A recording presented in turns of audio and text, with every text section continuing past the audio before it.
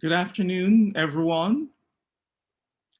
I'm Nadia Edwards, the coordinator for graduate studies in the Department of Literatures and English at the University of the West Indies, Mona, and I'm happy to welcome you all to our first talk in the departmental staff graduate student seminar series for this semester. I am especially delighted to welcome our speaker, who is no stranger to the Department of Literatures and English at the University of the West Indies, Mona. She's a past student of the Department of Modern Languages and Literatures, as well as the Department of Literatures and English. And her talk is entitled Biological Clocks. And she will expand on it, but let me give you a more fulsome introduction. Njelle Hamilton is Associate Professor of English and Africana Studies at University of Virginia. She specializes in Caribbean literary and cultural studies with particular focus on narrative innovations in the contemporary Caribbean novel. She's the author of Phonographic Memories, Popular Music, and the Contemporary Caribbean Novel, published by Rutgers University Press in 2019. And she has published essays on sound studies, trauma theory, and the physics of time in Anthurium, Journal of West Indian Literature, Small Axe Salon, and Critical Perspectives on Indo-Caribbean Women's Literature. Her talk today is actually derived from her current book project, which is tentatively titled The Physics of Caribbean Time.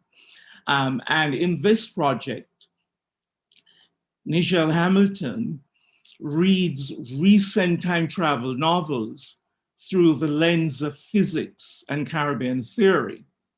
She's also working on a novel, Everything Irie, an experiment in Jamaican vernacular narration.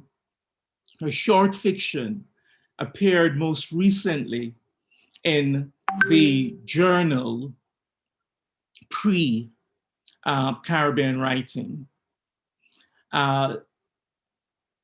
Without further ado, I will turn the session over to Professor Njelle Hamilton. Welcome, Njelle, and we're looking forward to a thought-provoking and intellectually stimulating talk. Welcome.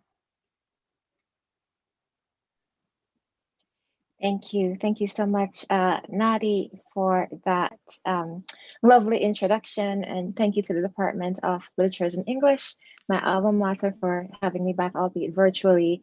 I'll go ahead and share my screen so that we can get started here.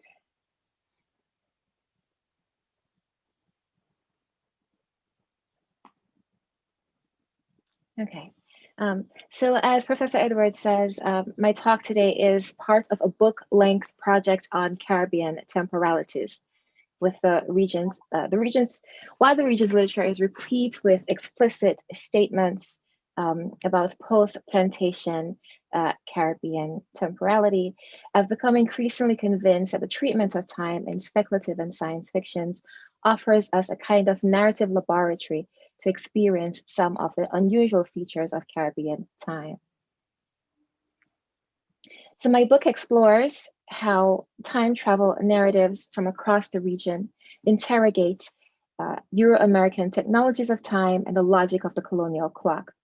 Each chapter engages with a key time concept in physics to trace the unique clocks, time machines, and other temporal markers, chronotropes, as I call them, that the region's novelists have advanced to tell time Caribbean style, and to scaffold my proposition that time travel and non-linear narratives are not merely science fiction, but are fundamentally mimetic of Caribbean spacetime. I illustrate this today with a discussion of Erna Bradbur's 2007 novel, The Rainmaker's Mistake, which is part of a chapter-length inquiry into measurement, technologies of measuring time, and discrepancies that arise when different clocks or systems of measure come into contact.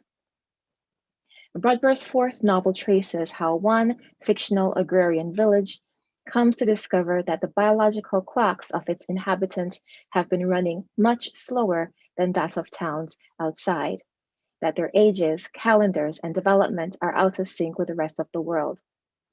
On the surface, this anomaly seems to agree with Antonio Benitez Rojo's famous statement that in the Caribbean, time unfolds irregularly and resists being captured by the cycles of clock and calendar.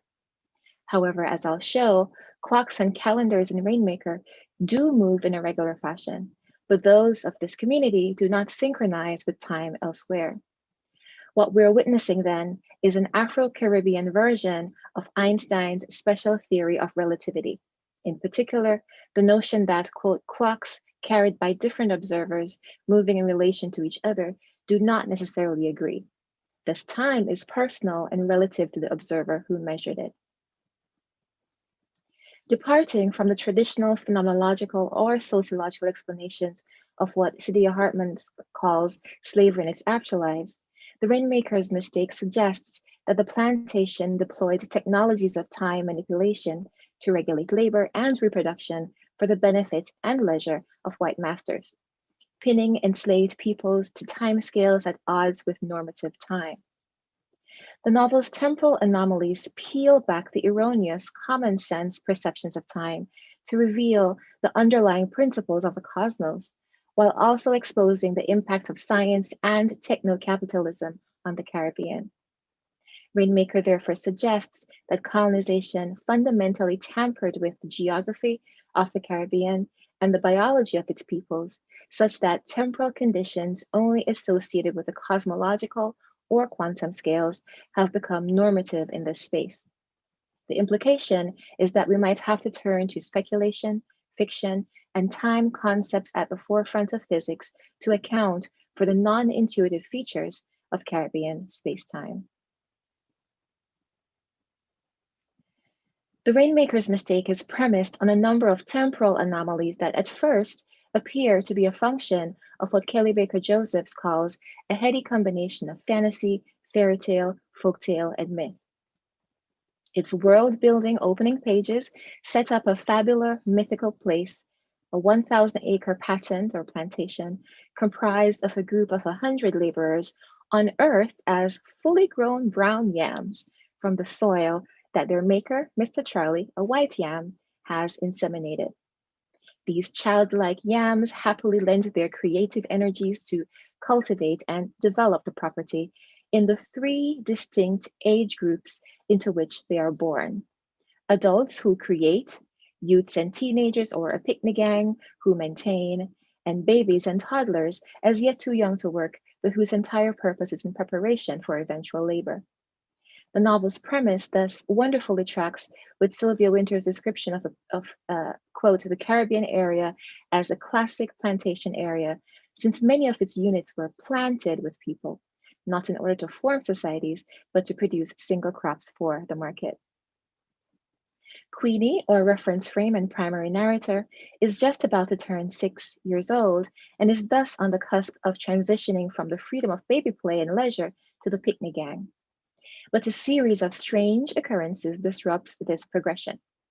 Mr. Charlie summons the children and announces, "This is 1834, you are under 6 years old, and you are free." As Queenie and her stunned cohort ponder what any of this means, Mr. Charlie disappears inside his plantation house for a short period, the space of a sentence, then returns, blows a second summons, and when the older laborers have gathered, announces, "It is 1838, you are free." Their overseer Woodville erupts in a fit of laughter that morphs into a tornado that dismantles the master's house, leaving no trace of either it or the master. In the wake of the double enunciation of the free and this cataclysm, some temporal and spatial oddities emerge.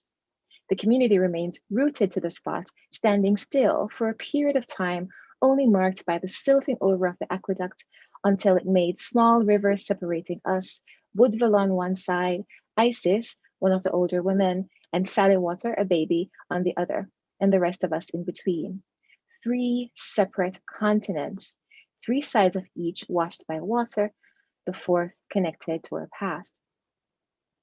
The other continents are close enough that the community could, but doesn't, bridge the gap with bamboo sticks. Only after Woodville and Isis start building homes on their continents does Queenie break away with others of her age cohort and swim towards the unknown, arriving at a small rock in the middle of the waterworks that bears the name Cabarita Island. Interestingly enough, Queenie begins to refer to those spaces as if they were simultaneously spatial and temporal coordinates. One of her age group, Essex, is still able to roll off the island into the sea and fall between our island and the future, the unknown. The past is still close enough for the adult men. Says, here we go. There we go. The past is still close enough for the adult men to mine earth from there, to develop Cabarita into a large island, and the future is close enough for them to carve a small, narrow seaway to get there. But while nature is moving and creating continents amidst oceans, spatial markers of time's rapid passage, Queenie repeats that she is not yet 6, even as the community learns out of nowhere that we are moving into the 20th century. 60 odd years have passed, but Queenie has not aged a year. Other oddities. First, the babies somehow catch up in age with Queenie's group. Then, after Woodville washes ashore as a feeble, dying old man, the rest of the community begins to experience sudden growth spurts and the onset of aging. Queenie now makes a boat to carry her to Isis's place, and when she arrives, she discovers that baby Sally Water, who was at least 4 years her junior in 1834, is now over 100 years old, even older in appearance than Woodville. Many years have somehow elapsed, years in which Sally Water had come to have children, and her children, and their children to have children, and these children to have children. And here I was, no more grown than Sally Water's grandchild's grandchild, Sally Water, who was outdoored well after me. Oh, what a great thought experiment. But note that two distinct but related phenomena are at play here.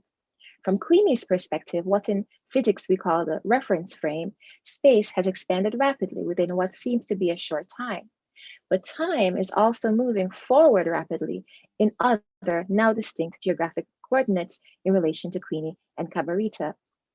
Both space and time, or a hybrid dimension we can call space-time, have become stretched together, creating geotemporal regions with distinct tiny temporal properties. The tiny rock Cabarita becomes a large island with an extremely dilated clock. Once neighboring locales are now oceans away and operate at much faster speeds compared to Cabarita. Spaces, continents in the novel, double as time coordinates and temporal regimes. Isis's Island, soon to be known as the Norm, describes Jamaican reality, the reader's timeline, a place of work, work, work, time occupying work. And that's not a quote from Rihanna. Here, one's body experiences the outside pace of work that modernity demands, but without technologies to ease labor.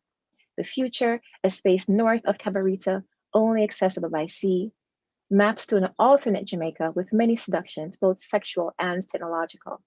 Beyond the modern future is a space-time known as the pluperfect, and of course there is also the past, the former plantation space, and its now overgrown evidence of the Cabaritans' true origins, as well as geographies that branch from the past and present, including the distant England of Mr. Charlie, the Africa-like birthplace of the Cabaritans, and much closer, a place that resembles an uncultivated North America. Beyond Cabarita, then, is an untenable trajectory, a geotemporality where the past is an ocean away, the normative present is unrelenting labor, and, quote, the future is worse. Now, thinking with Trio's conception of the past as position and Michelle Wright's notion of blackness as a when, a multidimensional now, I read Cabarita as positioned in the here and now, a space-time dimension distinct from the linear past, present, future of other spacetimes in the novel. Now, the second key thing to note is that although from Isis's and Sally Waters' perspective, Cabarita time, as I call it, runs much more slowly than clocks in the norm, from Queenie's perspective, time is moving normally. It is the norm that is moving fast. In other words, Queenie and Sally Water do not agree on how much time has passed between the cataclysm and the current encounter. If they were carrying clocks and calendars as their paths diverged, Queenie would have rightly claimed that only a few months have passed, while Sally Water would have rightly measured more than a century. As Stephen Hawking reminds us, no particular observer's measurements are any more correct than the others, but all the measurements are related. The novel's plot then reveals itself to be a fictional version of what Einstein discovered in 1905. In rudimentary terms, his theory of special relativity reveals that the measurement of the passage of time is not universal as our intuitive human experience and the earlier Newtonian clockwork universe had suggested. To quote Brian Greene, Einstein found completely counter to experience that clocks in motion tick off time at a slower rate than stationary clocks, so that even identical wristwatches worn by two individuals in relative motion will tick at different rates and hence will not agree on the amount of time that elapses between chosen events. Jennifer Willett adds that time dilation, the slowing of clock time, is, quote, apparent only to an outside observer in a different frame of reference, end quote. Now, one key thing to keep in mind is that although time dilation is happening all around us in the real world, it is only when objects are moving at very high speeds that its effects become noticeable. Hence, why physicists and sci fi writers often illustrate time dilation and its consequences using time machines, spaceships, and other techno scientific gadgets. I want you to notice, however, that Rainmaker illustrates these non-intuitive but real characteristics of time with entirely rudimentary and natural phenomena. Now, while explicit scientific pattern and extended technoscientific explanation of the physics of the fictional world is missing from Rainmaker, the novel invites us to progressively dispense with phenomenological or anthropological readings that presume that the temporal discrepancy can be chalked up to the Cabaretans' perception or their backwardness. True, they are ignorant of their origins and much of the education and knowledge systems of the modern world, but they are quick studies, soon outpacing others of comparable biological ages elsewhere. But Butler therefore naturalizes special relativity. And let me make clear that unlike in Nothing's Math, where Butler explicitly references fractal theory, in Rainmaker, there is no explicit reference to the science discourses I'm expounded on here. But I'm arguing that using the language of an agrarian society with little knowledge of modern science and Enlightenment ideas of their times, she grapples with the very ideas at the heart of Einstein's revolutionary theories and locates them much earlier than the brilliant scientists came upon them. Indeed, whatever happened to make the Cabaretans' clocks run slower in comparison to Isis Island happened long before 1834, much less 1905. For Euro Americans, radical shifts in time consciousness are pinned to key moments in Western scientific theory or in European history. But other frames of references, other measures, and other points of origins exist.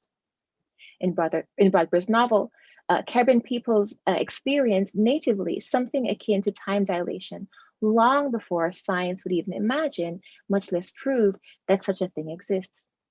But without the language, access to scientific communities, and the dignity enjoyed by Euro Americans, Caribbean time consciousness is marked as anti modern, anti scientific. Now, at this stage of the novel, it appears that the famous adage of special relativity, all time is local, might be the main or only source of the temporal and spatial anomalies. Time is either running slower in Cabarita or moving faster at Isis's place. The spaces seem to be in two different time zones. With real world time zones, we agree on what constitutes 1 hour. the rate at which time passes. But my clock over here might say 7 p.m., while yours there says 8. In other words, all that we agree on is what time it is now, a convention of geopolitics. And we'll be reminded of this, of the arbitrariness of time on the clock this weekend when clocks in Kingston and Charlottesville, which agree today, will disagree, will not be synchronized on Sunday. This is not time dilation. In the novel, however, what I'm calling time zones distinguishes between vastly different rates of change. And so inhabitants of Cabarita and inhabitants of Isis Island do not agree on what constitutes a second, an hour, or a year. As Queenie will later put it, our time is quite different from natural time. Now, this suggests not only that clocks in the norm synchronize with nature's clock, cycles of the Earth on its axis and around the sun, but that the way clocks work in Cabarita is somehow unnatural.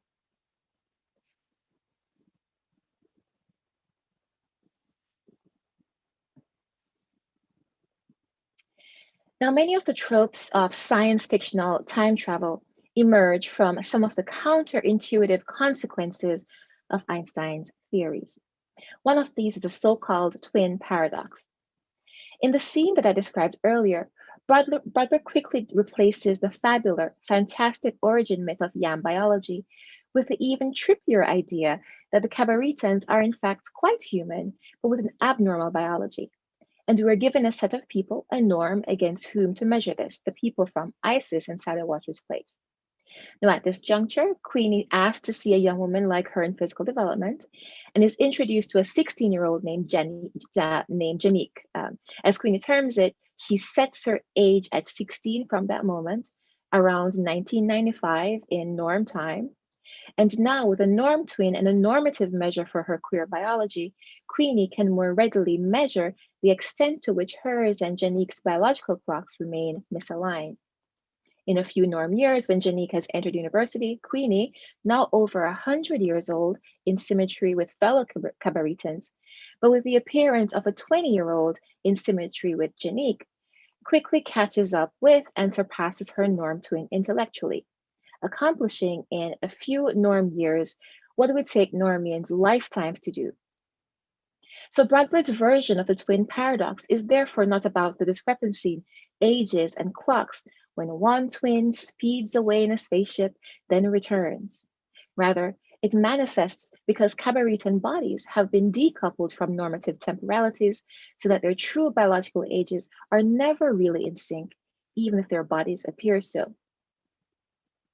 So although real world time dilation and the twin paradox are consequences of moving clocks, Queenie soon discovers that it's not because they moved to different locations post calamity that their clocks run at a different rate.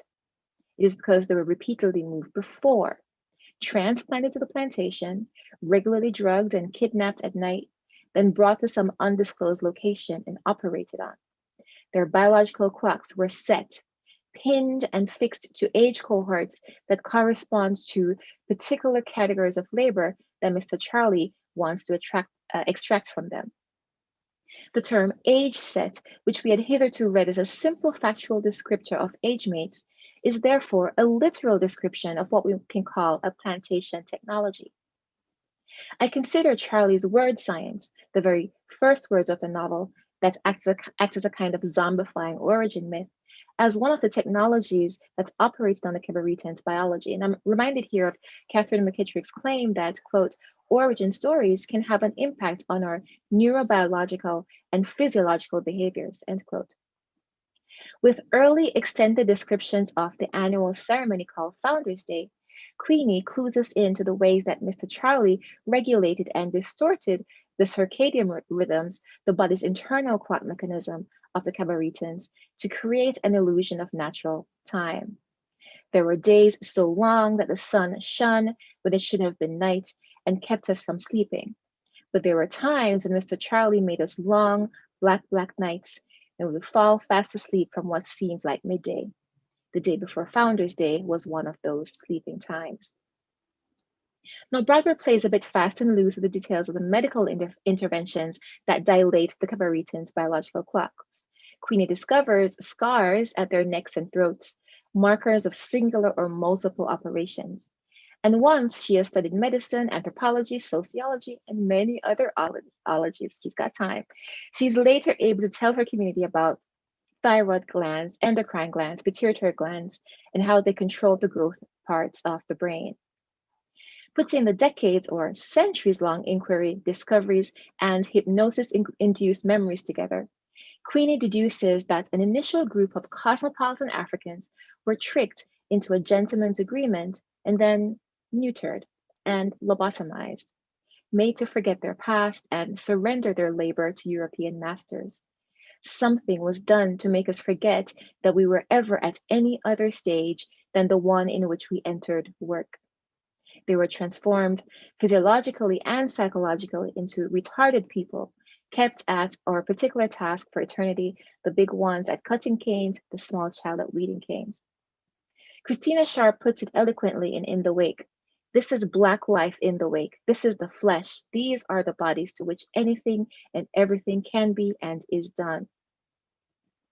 With emancipation and Mr. Charles' disappearance, left without the surgeries that retard new laborers, added by forced breeding or by purchasing new slaves, the Cabaretans have begun to experience natural growth spurts for the first time, still in age cohorts, but still out of sync with normative bodies. Comparing themselves to people and clocks in the Norman future, the Cabaretans can measure the rate of time dilation their bodies experience. Although each one of us has been on Earth for more than 170 years, it is only the Earth and the large trees growing out of them that are so old. In actual experience, none of us is more than 70 years, and none younger than 6 years old. Only the babies were their time age. But even as the novel is traditionally linear, then, Bradbury dilates the ordinary human lifespan so that Cabaretans live long enough to experience the long arc of colonization, from pre colonial freedom to exile to enslavement to emancipation and nation building, and even to an unspecified future beyond 1995. In so doing, she amplifies what Sharp terms the longue durée, the residence and hold time of the wake. Consequently, the forward moving arrow of time tracing linear progress from enslavement to freedom that can be enjoyed elsewhere does not apply to the Cabaretans. Emancipation doesn't usher in freedom in one fell swoop. Rather, full freedom is continually impeded by the lingering and often entrenched unfreedoms of the prior centuries, the ontologies and technologies, the temporal regimes of the plantation that do not disappear once the slave master and his great house have. In traditional science fiction, time dilation typically occurs due to faster than light space travel using a spaceship, or travel via a time machine or a time portal, or proximity to a black hole singularity, or some other technology, usually an accident of a mad scientist. In H.G. Wells' 1895 novella, The Time Machine, the genre's prototype, a 19th century scientist invents a machine that can fast forward through time, allowing him to visit distant futures and then return to his initial present to find only 3 hours have passed for his companions. In line with the Caribbean speculative and science fiction tradition, by contrast, time dilation in Rainmaker results from a deliberate manipulation of peoples and systems to disconnect community of laborers from the norm, from past, from future, and to anchor them in a distorted present of eternal labor. The mad scientist of canonical sci fi becomes a colonizer and plantation owner, part of a cabal of white men who experiment on the bodies and psyches of Africans, not a lone genius in his laboratory. The scientific laboratory is a plantation itself, or at least a cave between the great house where Mr. Charlie hides his trickery and the bodies of those who die in his failed experiments. The science here is enslavement, as the folk etymology of science as spirit magic makes clear. Now, according to Winter, among the key characteristics of the plantation are, quotes, the large scale reduction of man to labor and nature to land, and dehumanization and alienation, what we might call the zombification of the enslaved. Like the Haitian zombie by In novels by René Depesque and Pedro Cabilla, Rainmaker's lobotomized labor force is able to work abnormal lengths of time without revolt, memory, or social consciousness. The relationship to life and death distorted. As with the Caribbean zombie, there is no possibility of freedom. Even death is forestalled to extract maximum labor. So notably, in Rainmaker, all the science, technology, and machinic wizardry common to traditional time travel sci fi takes place offstage, rendered invisible by Mr. Charlie's drugs. The plantation disguises its technologies as natural, and all we see are its effects, palpable, long lasting, and devastating. As Walter Magnolia has shown, since the Renaissance, time has functioned as a principle of order that increasingly subordinates places, relegating them to before or below from the perspective of the holders of time. But what first appears to be cultural and social retardation pinned to particular locales, so called undeveloped or underdeveloped countries, is not a feature of geography at all, but a result of colonial technology applied to the very bodies and minds of enslaved and colonized peoples. Bradbury also highlights how even what seems to be natural, innate biological difference in post plantation Black folk is nothing like the phrenological claims that shored up anti Black racism, slavery, and its capitalist enterprise. Instead, ideas of nature and biology are in fact products of the plantation and its technologies, no less than sugar and tobacco. The Cabaretans are truly yam people. They are cultivated, cloned, made to be an eternal workforce and to reproduce the plantation system ad infinitum, technologized even while being marked as anti modern. The Rainmaker depicts the plantation as a temporal regime, imposing on enslaved bodies regular cycles of labor, punctuated by brief periods of rest and even more intermittent periods of leisure. As Donna Haraway has argued, the plantation system speeds up and disrupts the generation times of all the players. It's a machine, as Benitez Rojo explains, quote, manipulating mass and energy on a local scale. And Paul Nahina stressed that this is, in fact, the classic science fictional description of a time machine. The cogs of this machine, Haraway continues, includes, quote, forced labor, and crucially, the disordering of times of generation across species, including human beings. But even as modernity increases the speed of natural processes, the time dilation in Rainmaker makes visible the disconnect between the enslaved body and the tempos of the plantation. The lobotomized Cabaretans are kept artificially slow, even as their distorted biology allows the plantation to extract maximum labor per capita. In other words, they remain locked into biotemporal logics that reign centuries after emancipation and that keep them distinct from the other normative timelines and trajectories of past, present, future.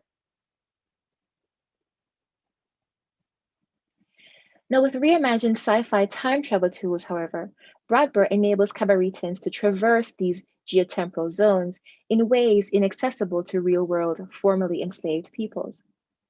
One sci fi innovation she makes on the twin paradox is that Queenie and her age set move fluidly between geotemporal zones, between past, norm present, future, pluperfect, without losing their unique Cabaretan biotemporality. In fact, because of their unusual biology, all of the Cabaretans are de facto time travelers.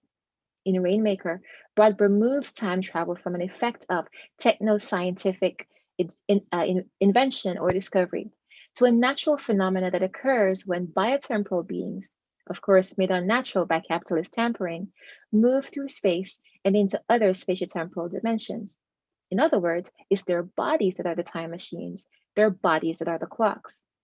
In this way, Bradbury illuminates the intersecting consequences of the Middle Passage and other forced dislocations of people from their homelands to labor and Caribbean plantations.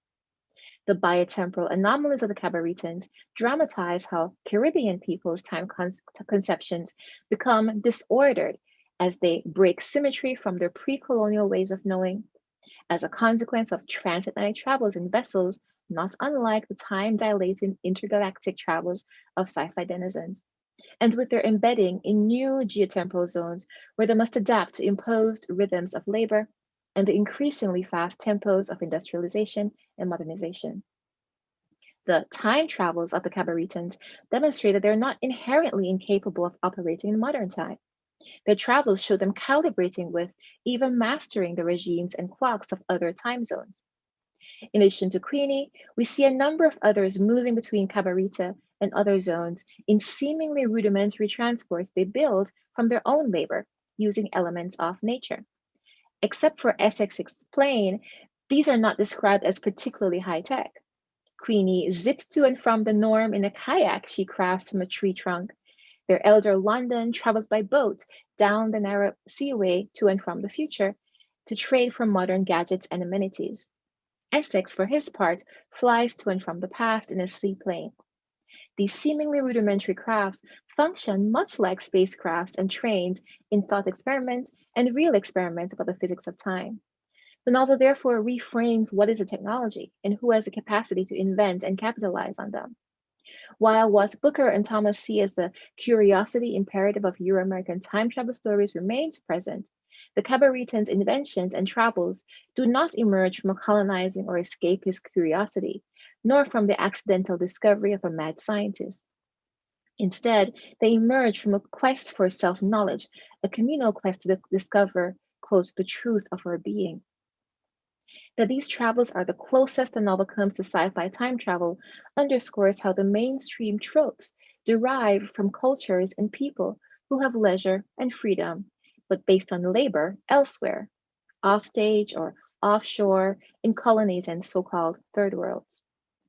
In a beautiful scene reminiscent of the moment in The Time Machine where the chrononaut shows off his invention, or in Back to the Future when Doc Brown explains the DeLorean's time travel functions to Marty McFly, here we see Essex documenting his Creole engineering. And 1 minute he's talking about making a propeller from 4 lengths of palm tree bark tied together with a piece of stick, and we're sure this cannot be a proper plane. The next minute, he's sourcing and smelting bauxite into aluminium. And soon, he's taking off from the Palisades, a fictional space much like the airport in real world Jamaica. Although he flies to the past in his seaplane, Essex is literally ahead of his time. His invention is commonplace for Bradbury's 21st century readers, but for his Cabaretan audience, the plane's gears, speedometer, and aluminium are the stuff of scientific futures. This is what the free means: leisure to engineer and invent technologies and realities, fueled by a desire to redress the ignorance and retardation in which the community was artificially held captive.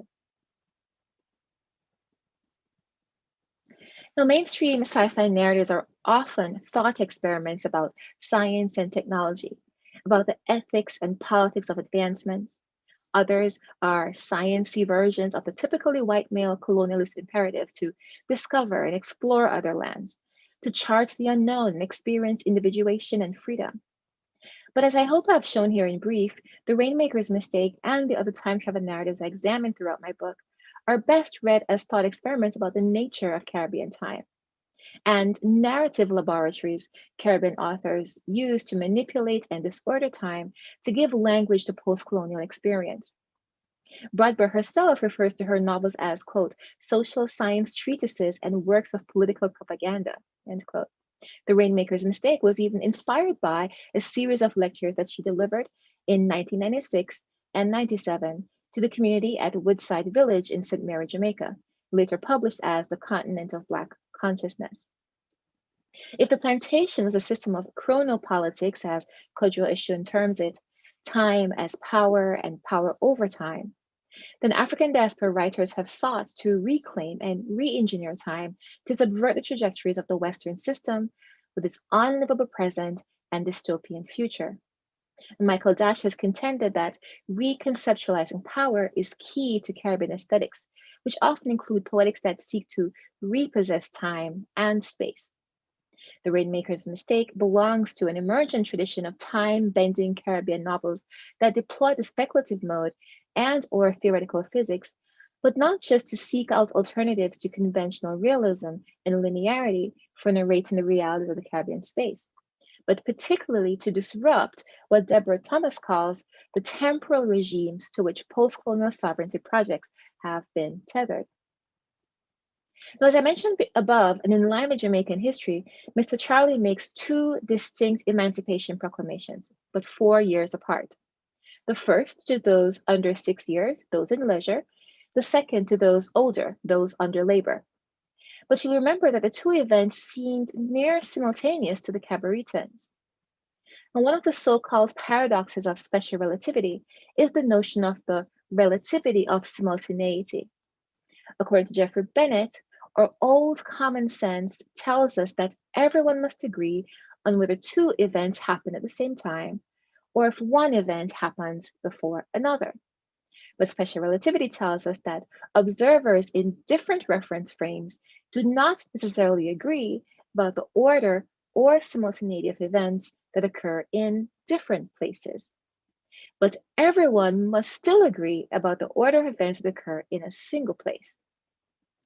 Now, this suggests that although the Cabaretans and Mr. Charlie seem to be standing in the same place and sharing the same reference frame, they must actually belong to different temporal regimes.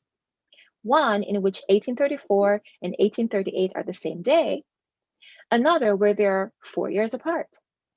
We might consider the door to his house, from whence he regularly departs for England, as a kind of portal to other realities with other measures of time and other intervals between times. So I close with a tantalizing notion seeded here early in the novel that there is a frame from which freedom does not succeed, but in fact precedes enslavement, or where the Cabaretans are free now because they were free before. Viewed in light of special relativity, there is no intrinsic teleology from enslavement to freedom, except as a fruit of, in Michel Wright's words, the linear progress narrative inherited from Newtonian physics. The free is not a time in the future, nor a condition that arises from colonial will. In the novel's closing moments, Queenie embraces the naturalness and mortality that were robbed from the Cabaretans, but insists on locating herself at the and the destiny of the nation she and her community are growing, quote, right here, not off into the pluperfect. Oops, I missed that. Let's go back 1 second. I'm sorry, I missed that quote. So this is Queenie at the end of the novel. So she locates herself and the destiny of the nation right here, not off into the pluperfect, not future, not past, here and now. So Brodber suggests that full free is itself a space-time coordinate, not just a condition. And it does not emerge as a teleological future to the present post-plantation timeline. As other Caribbean speculative writers like Nala Hopkinson and Martha Douglas have shown, the free is located on the dub side of the here and now, accessible by a shift in consciousness to apprehend, engineer, and seize it. Thank you.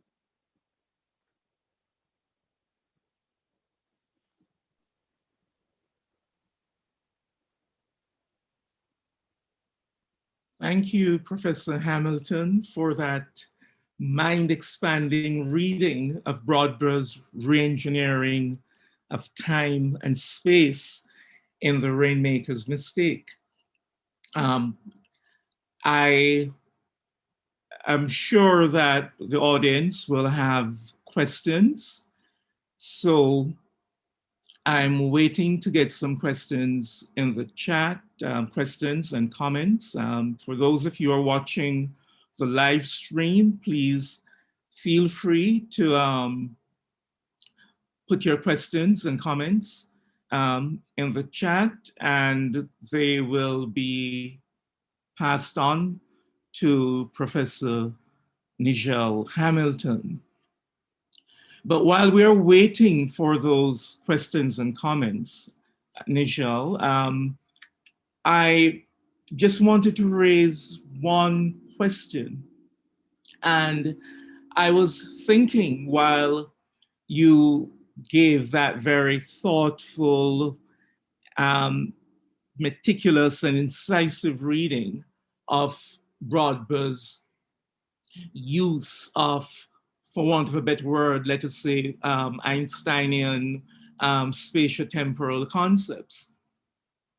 I was wondering to what extent did you think about Brodber's reengineering of time in the Rainmaker's Mistake in relation to Yannis Fabian's book, Time and the Other, in which he talks about the way in which time has been used in anthropology to essentially position the colonized, the quote unquote third world, as inhabiting a kind of always past vis-a-vis the anthropologist who occupies an enlightened present.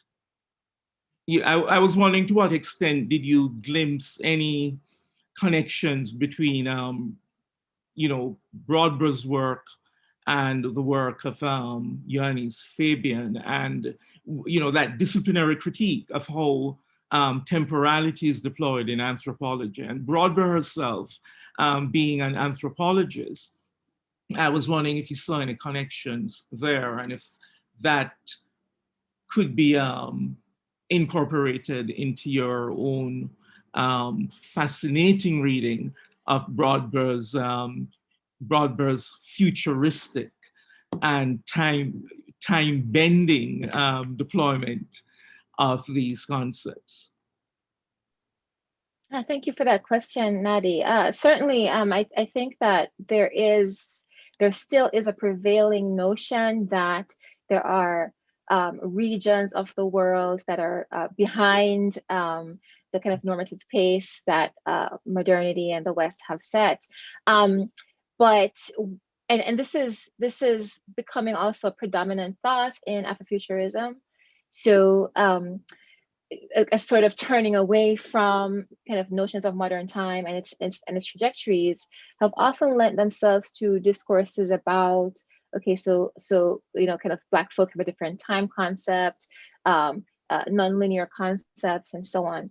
What I see happening in not just Rainmaker, but with the other novels I'm studying for this project, that they're in many ways refusing those dichotomies, right? And so not just thinking of the Caribbean as time's other, as Fabian talks about, or that the Caribbean experiences time otherwise, but that we're all on the same time, but our relationships to norms of time, right, have been distorted. And this is not natural. This is something that's a product of the plantation as well. And so there is a sense in which I do agree that if you look at all of Brodber's work together as a body of work, she's always thinking about kind of Caribbean sociology, Caribbean anthropology. In this particular text, she's doing so primarily through what I call these discourses of time. And in the way that she does it in this book, again, as I mentioned in the talk, in this book, there is no sense that the Cabaretans experience nonlinear time. The time is, in fact, quite linear throughout the novel for every spatiotemporal coordinate that I mentioned.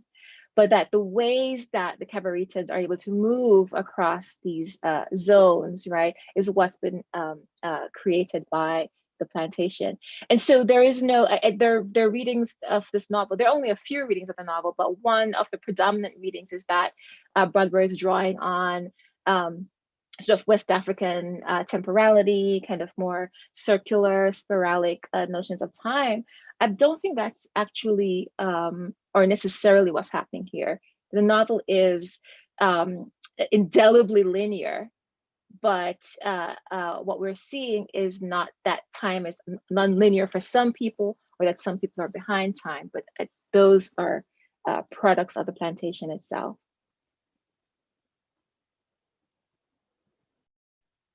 Thank you, Njelle. There's a question here from Kelly Joseph. She's asking you to talk a little about your choices here in your presentation for the visualizations of the novel. Thanks, Kelly. It's good to have you. These are sort of random, a little bit of random photos. I'm really bad at PowerPoints, but I always like to have something to distract you from my face as I speak for 40 minutes. But one of the things I've been thinking about, so the title of the talk is Biological Clocks, which might evoke ideas of cellular aging, circadian rhythms. They're actually not what's happening in the novel, right? So I wanted to kind of think about the ways that kind of the intuitive ways we think about time and the body that are not always right in line with kind of the science of time. So one of the things I want to kind of dispel with those images are these notions that our bodies keep time in a way that is personal, um, and that discrepancies in time can always be chalked up to perception, right? So the kind of phenomenological mode that a lot of Western time studies kind of modeled. But that's not what's happening in this novel, right? That I think as even if you kind of come to the novel with those perceptions, and as you go on, you realize that this is not a perception, right? The Cabaretans are not experiencing time as dilated because that's how the mind works. So, for instance, we talk a lot about, kind of with COVID, that we seem to still be in March 2020, right? The time is time moves fast when we're having fun, and it kind of slows down when you're not, or I think it's the other way around. But that's not what's happening here. And so there are ways in which our perceptions don't align with sort of the physics of time, and then the physics of time don't always align with kind of our notions of our biology and so on. And so I kind of wanted to use the images to kind of disrupt some of those ideas about where is time located in the body? Is it in the mind? Some of those early images from Afrofuturism, right, kind of position time, kind of the clock is in the mind. And so if you can imagine an elsewhere or an else when, you can go there. But in Broadbur, you need a physical material craft, right? And so time travel and time dilation are actually happening in the material world, and not necessarily, or at least not only in the mind. And I'm not sure if that answers your question, Kelly, but thank you so much for asking that.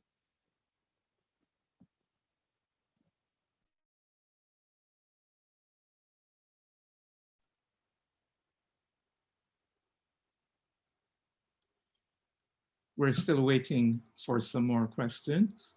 So while we wait, let me just engage you in a bit of dialogue around your presentation. One of the things I found fascinating in your presentation was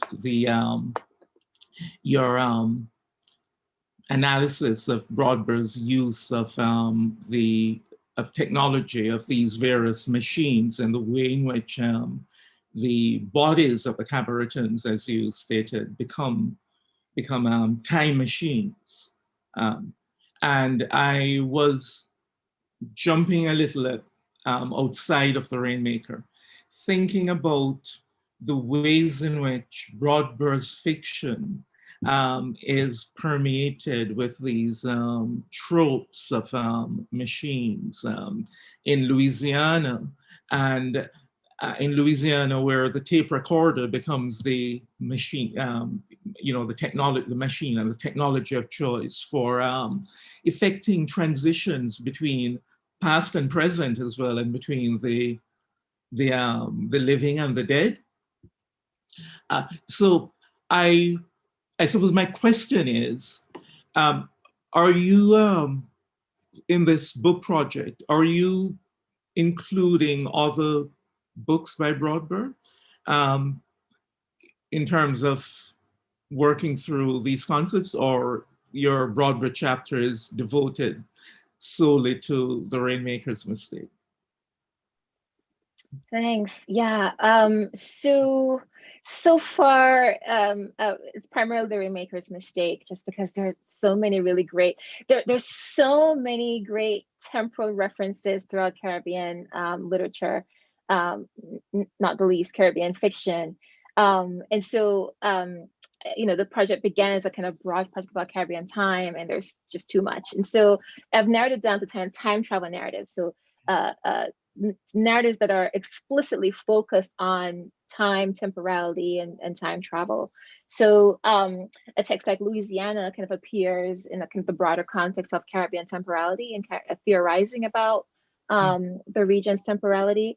But the focus of the chapter on measurement would be just this novel. I did want to mention, and I like that you asked that question, because one of the things I'm thinking through with this novel, so that the tape recorder makes an appearance in Rainmaker at the very end, right? So as I mentioned in the talk, there really are no sort of machines and gadgets, and until we get to Essex's seaplane and the boats. But at the very end of the novel, we have the tape recorder, and I'm like, yes, this is Louisiana all over again.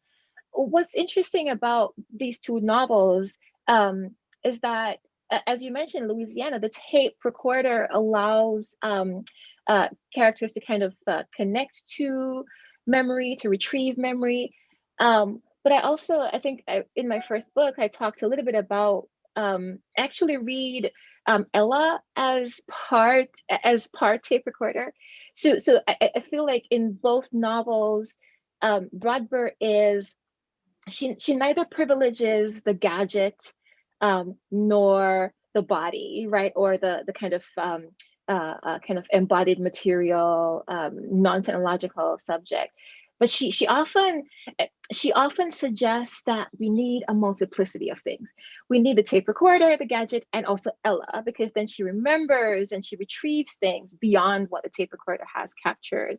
In The Rainmaker's Mistake, I mean, Queenie has anthropology, she has sociology, she has archaeology, she has medical. She's done them all, and yet she still comes with a tape recorder to capture that primal scream. And it's in putting together all of these sciences, hard and soft sciences, multiple modes of inquiry, that she then is able to cobble together something like a narrative. And it's, again, partial. The memories of what happened to the Cabaretans is lost to time, and we only have these bits and pieces that she has through the scientific method, but with multiple modes, right, retrieved. And so what I'm interested in across the project, there's a kind of prevailing discourse in Caribbean sci-fi studies as it exists, which is a very small field still, that Caribbean writers predominantly privilege magical, spiritual elements over so-called hard sciences.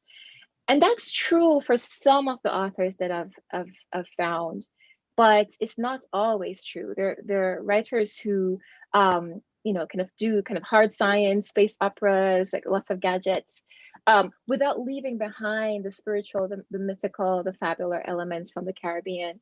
And others like Bradbury, who, if you read this novel one way, you might imagine that, oh, it's just purely agrarian, purely non-technological.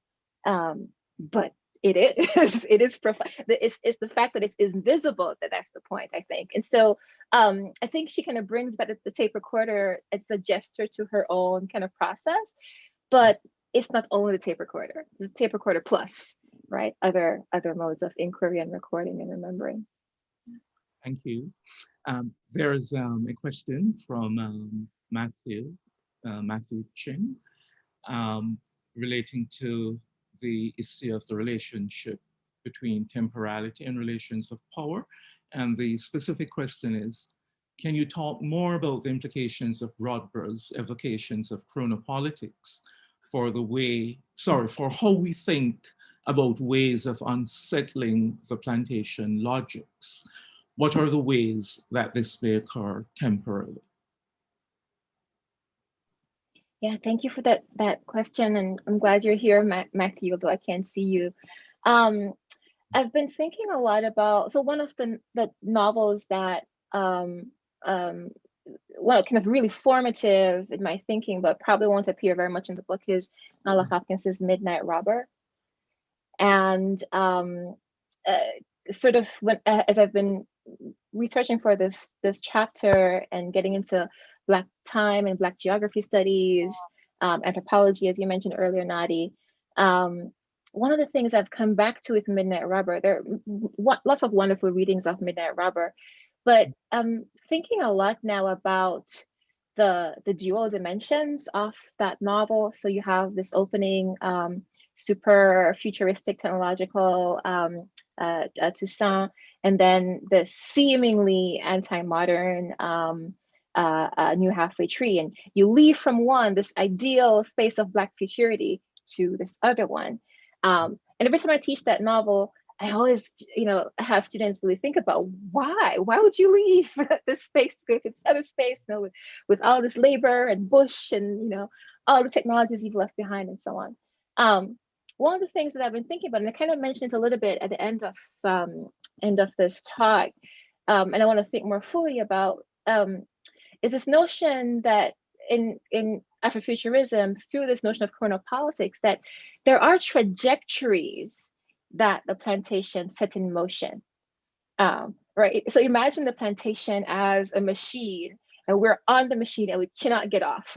It will take us to particular futures, the presence of the plantation, as a lot of people are writing about now, Black Death, right? Black Death as just this pervasive machine that we're locked in and we cannot get off, right?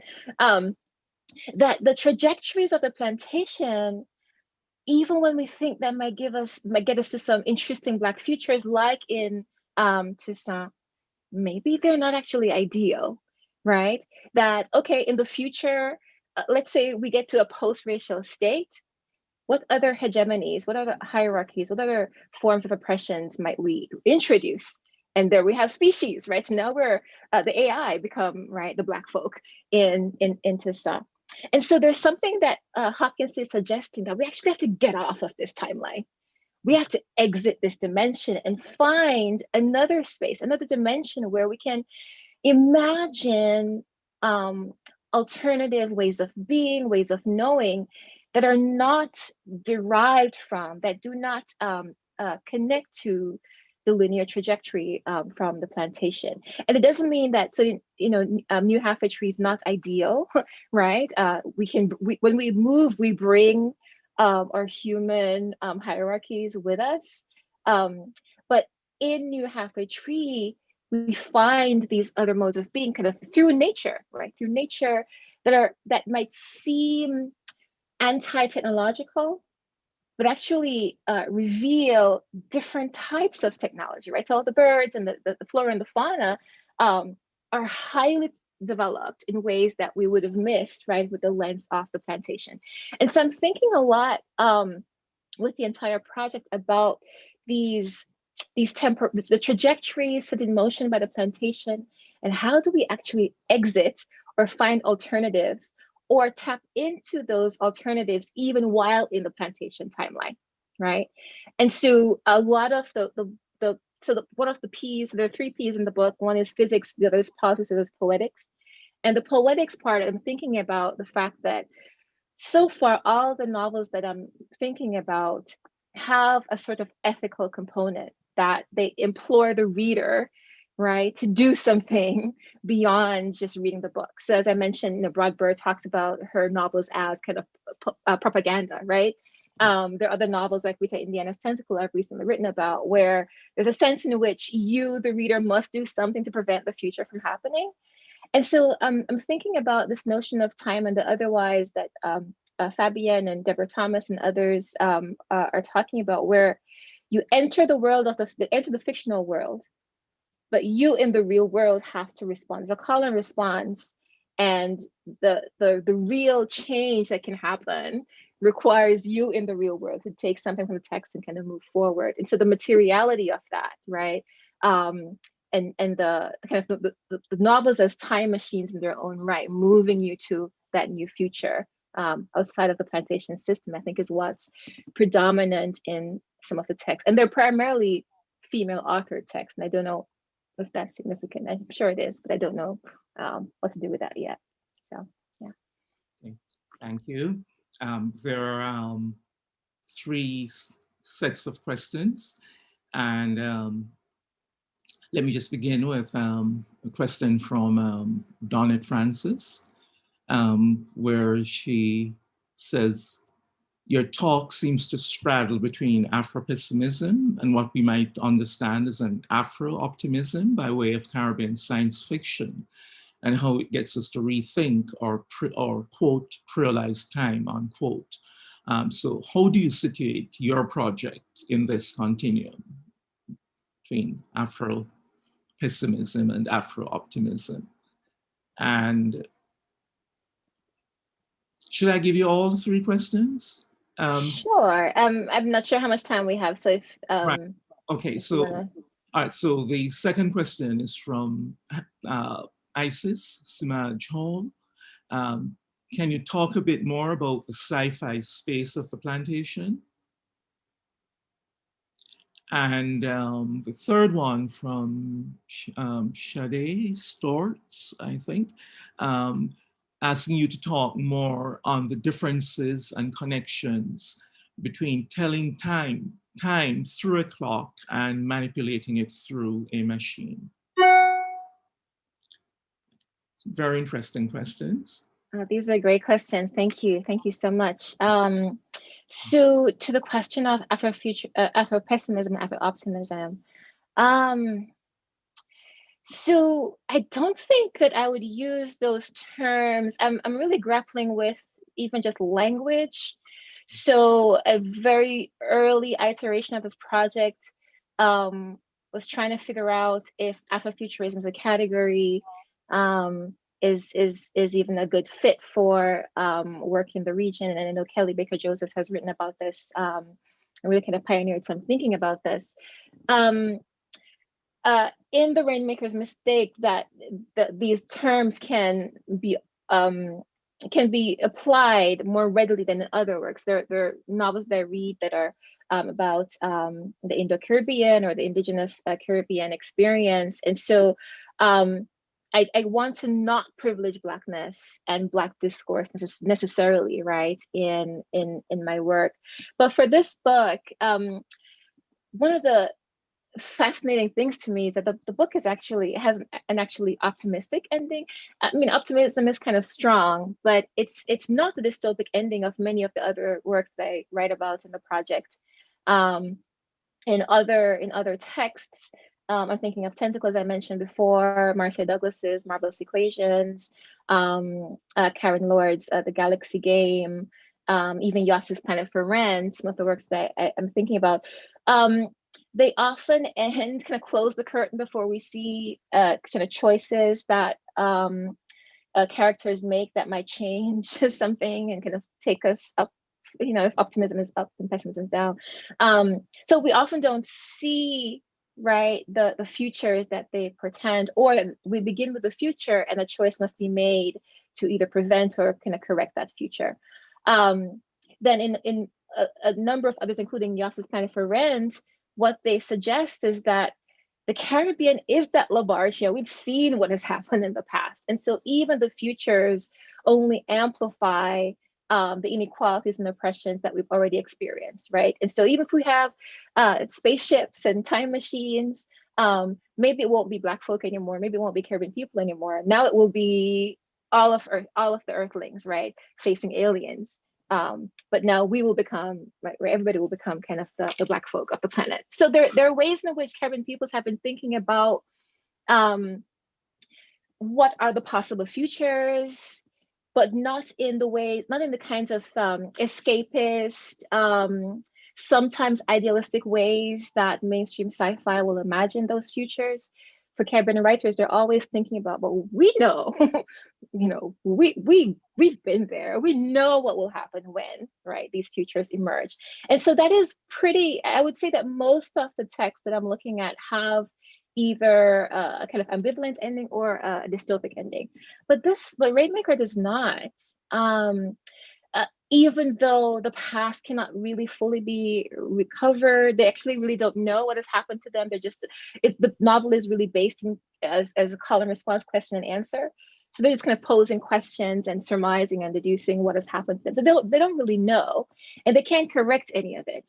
But the novel ends on this note of hope that Queenie, she's learned enough that she feels she can move forward, and that, again, that linear narrative is in the novel. We're going to move forward, but not the kind of progress narratives that, again, that plantation timeline kind of give us. And she's having a baby, she's happy, she's looking. So there's a way in which the novel is actually quite optimistic about the future. But then I always think about, then we exit the novel into the real world Jamaica and the real world US, right? And then what do we take from the novel that might inflect those modes? And then Isis's question about the sci-fi space of the plantation. So let's see. I was thinking a lot with Benitez Rojo's notion of the plantation machine. I don't know what to do with Benitez Rojo very much.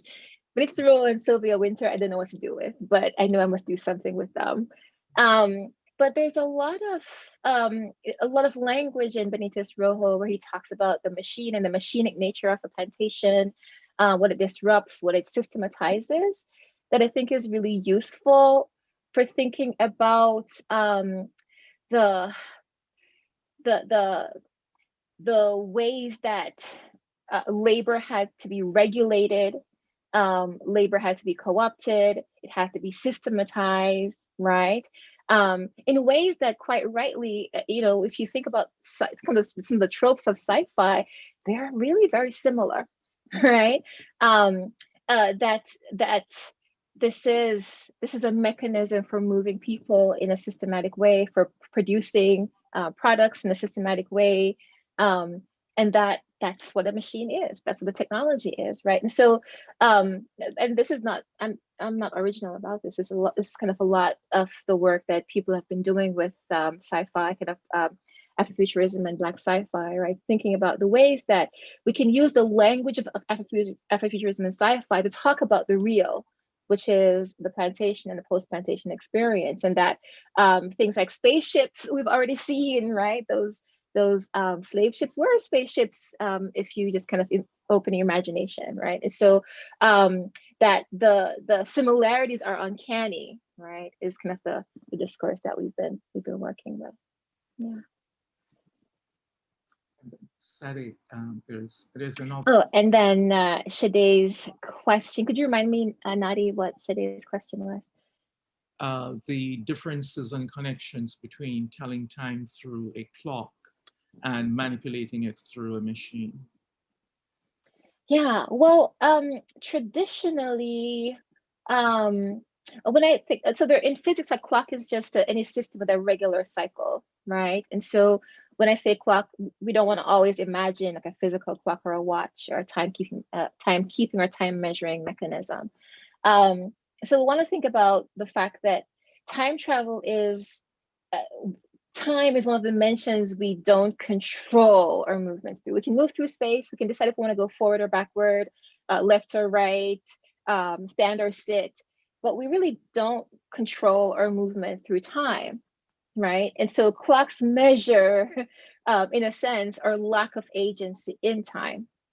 But time machines allow us to, again, this is speculatively, we can't do this yet, but time machines speculatively allow us to move through time against the grain, right? To take agency over how we move through time and what we can do in the past or the future, right? So the one is a measurement and the other is a manipulation. I think that's probably the simplest distinction. Okay. Yeah.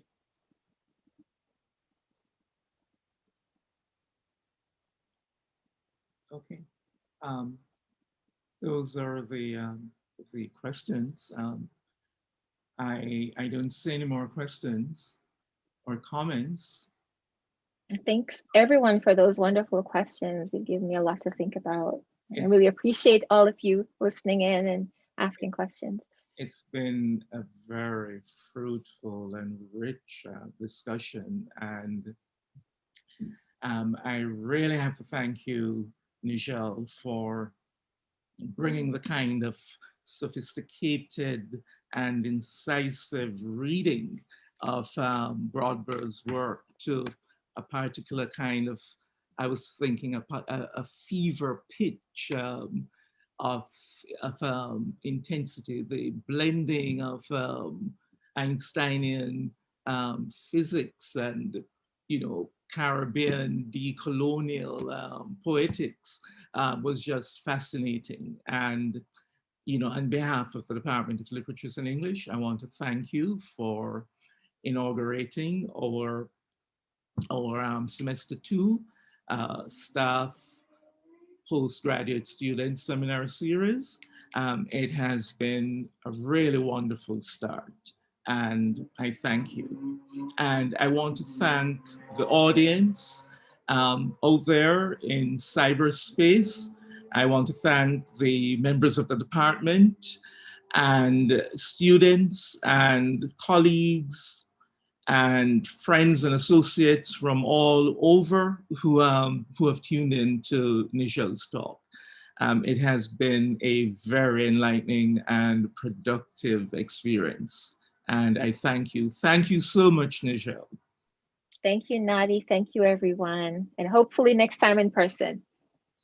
Definitely. We have to do this face to face. Indeed, indeed. All right, thanks. Thank you.